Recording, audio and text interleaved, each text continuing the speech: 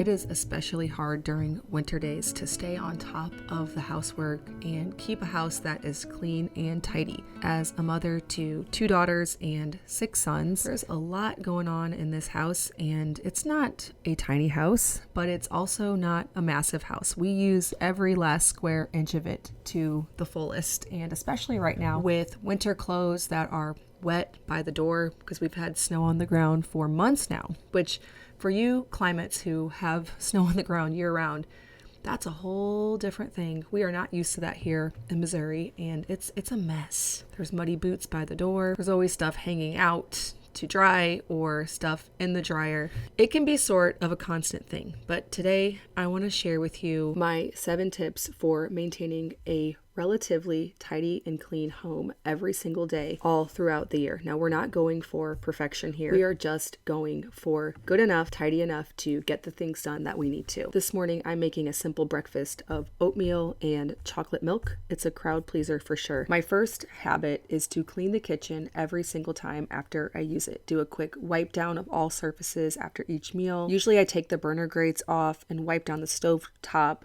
Do a quick pass over all the countertops and cabinet fronts.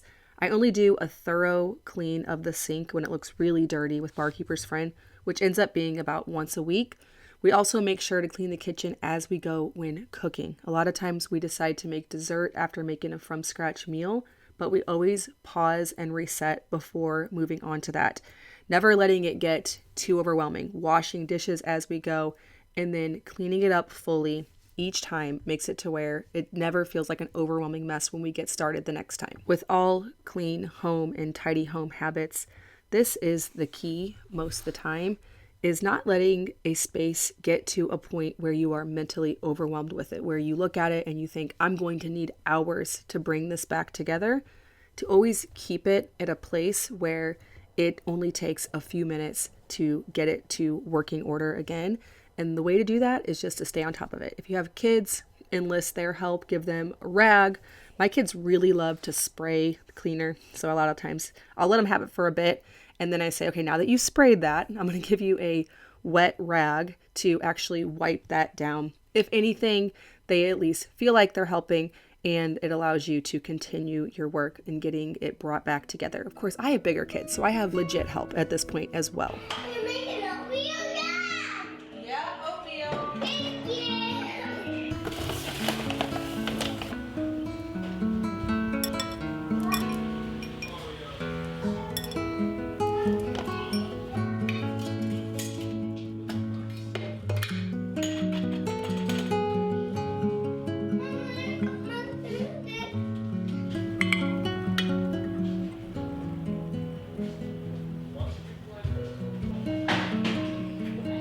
My next tidy tip that happens in the kitchen is have a leftover day once or twice a week.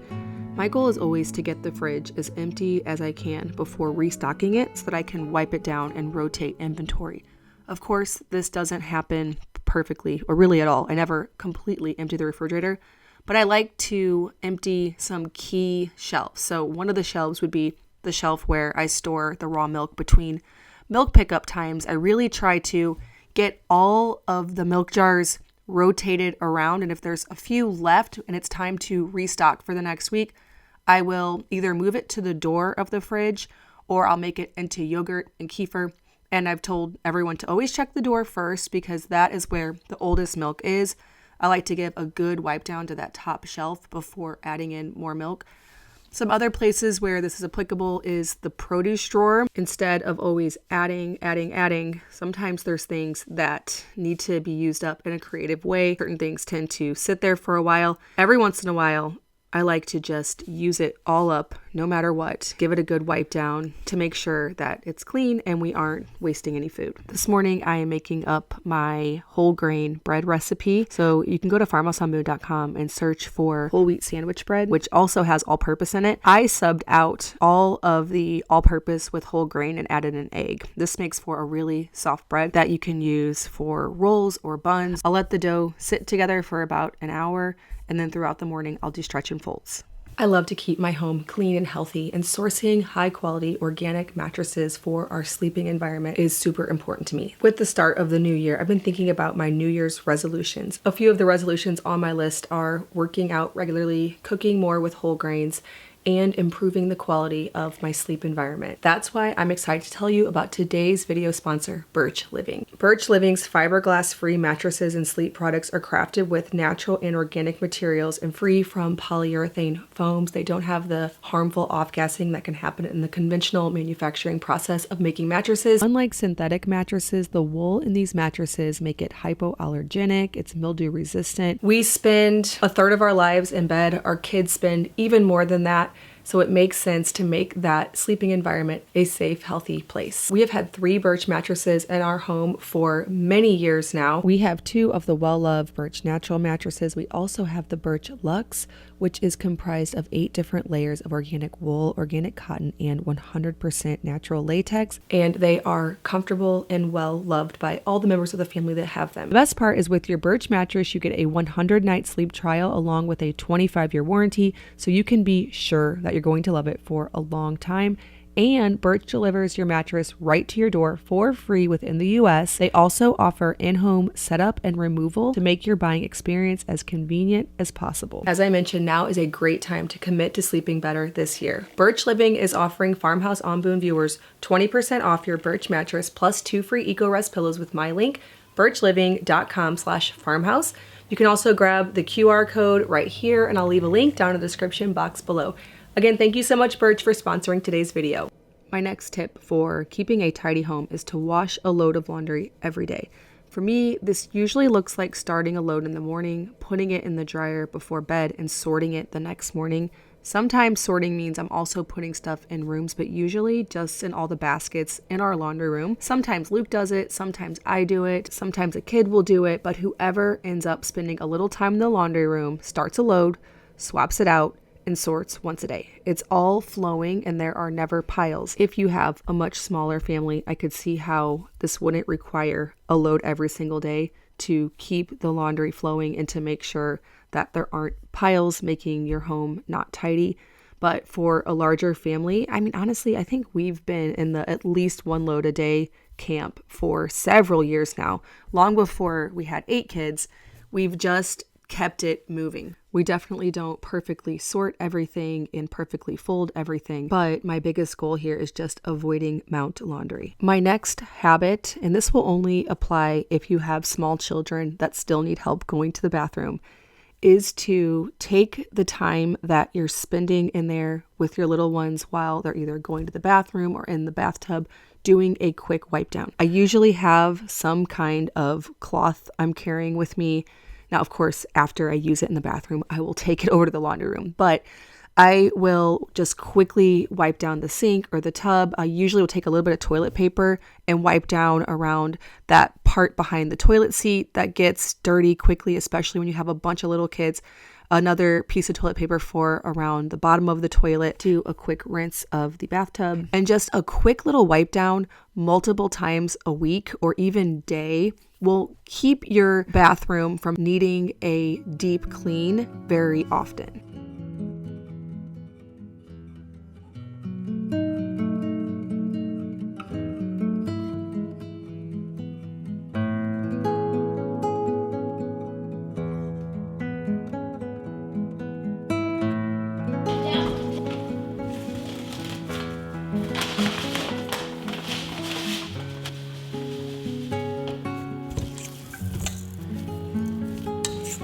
I have been adding millet to my whole grain bread lately. It adds a really nice texture and another whole grain that we can enjoy for our health. I find that is easiest to add during the first stretch and fold. Now, I don't measure timing for stretch and folds. Just throughout the day, when I think of it, I will do them. My next tip for maintaining a tidy home is to have 2 times a day, twice a day, where everything gets tidied back up. This isn't an official thing in our family where I have it carved out on the calendar and on a whiteboard or anything, but usually after lunch, so before nap and before bedtime, we tidy everything.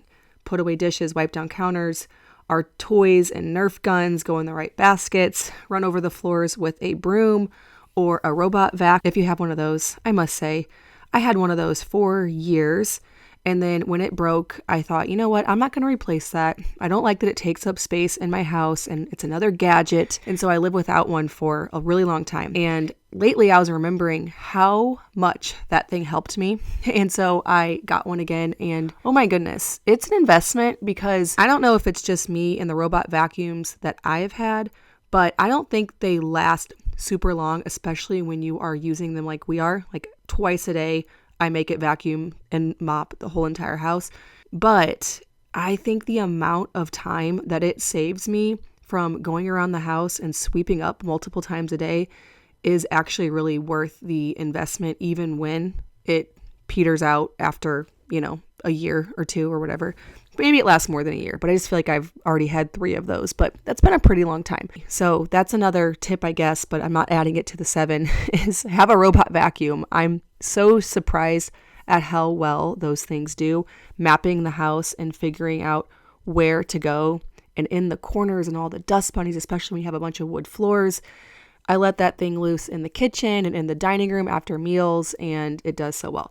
But anyways, twice a day, I like to put the pillows on the couch and the blankets in the armoire and all the toys in the basket. It's not 100% necessary because, we're going to get it all out again between nap time and bedtime, especially this time of year when we're indoors a lot more. But it brings me peace of mind. And again, not letting the task get overwhelming, I think, is the theme of this video. So not letting the kitchen get to a point where when you look at it, you think, oh, I just can't, like I need hours. Or the laundry get to a point where you think, I need an entire afternoon to do it. The house to ever feel like I should just escape because there is no way this is ever coming back together. I really try to keep habits that don't ever let it get to that point. Now, occasionally it can, and we need a couple hours of hard work to bring it back. But most of the time, we just try to stay on it, and a twice a day tidy, however that falls or whatever works for you, really helps us.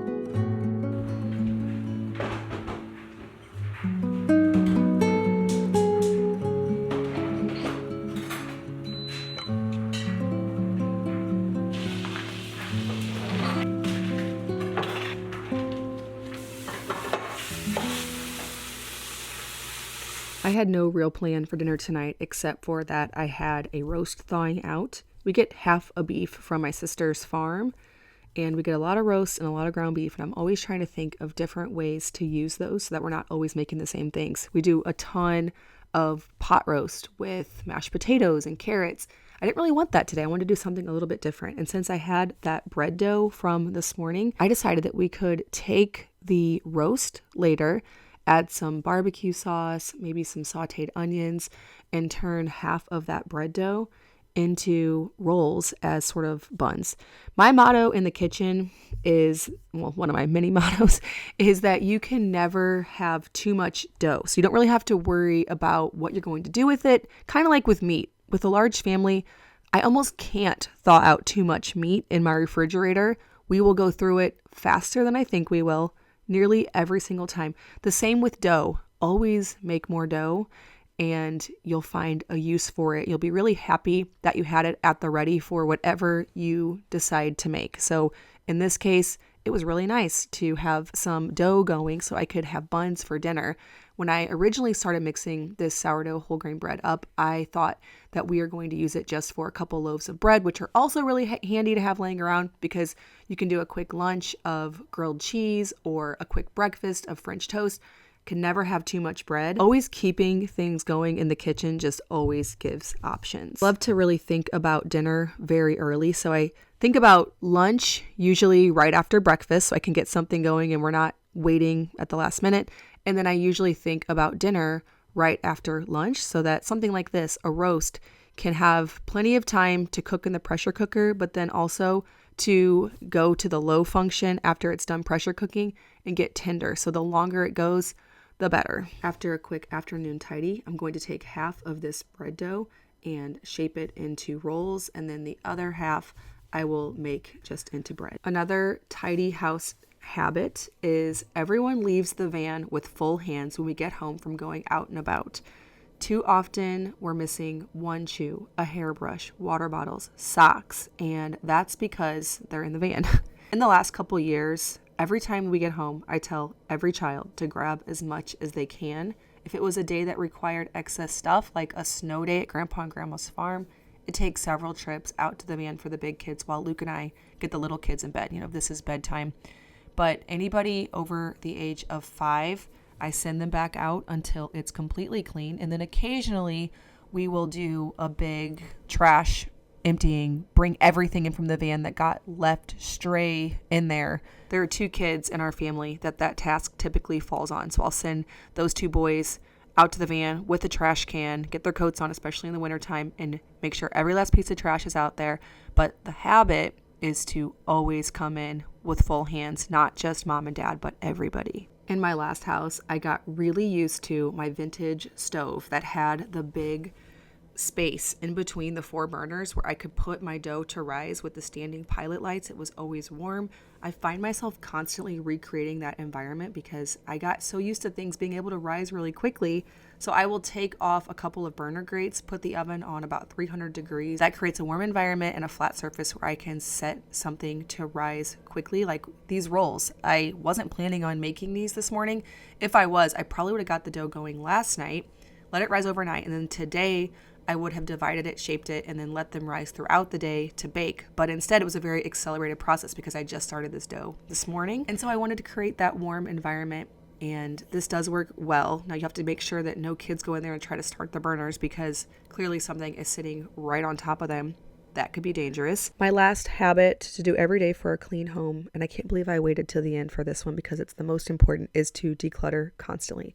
Remove items that you know you don't want but are putting off getting rid of right away. It's constant but can't be underestimated. Get rid of something when you get something new. There are examples of this all over the house, but one place is very applicable for me is in clothing. I'll get to the point where the tank tops I used to layer with stretched out and have holes, but I feel like I already have too many. Sometimes we get something new without getting rid of the ones that were the reason that inspired something new. Kids' shoes and clothes, tea towels, bath towels are all some more examples in this. I need to always remember this habit because as a family of 10, things are wearing out constantly and I can't just add and add without it becoming an overwhelming problem. Only the best and the most useful can stay. I hope that you are able to keep a tidy home this winter and remember, perfection is never the goal.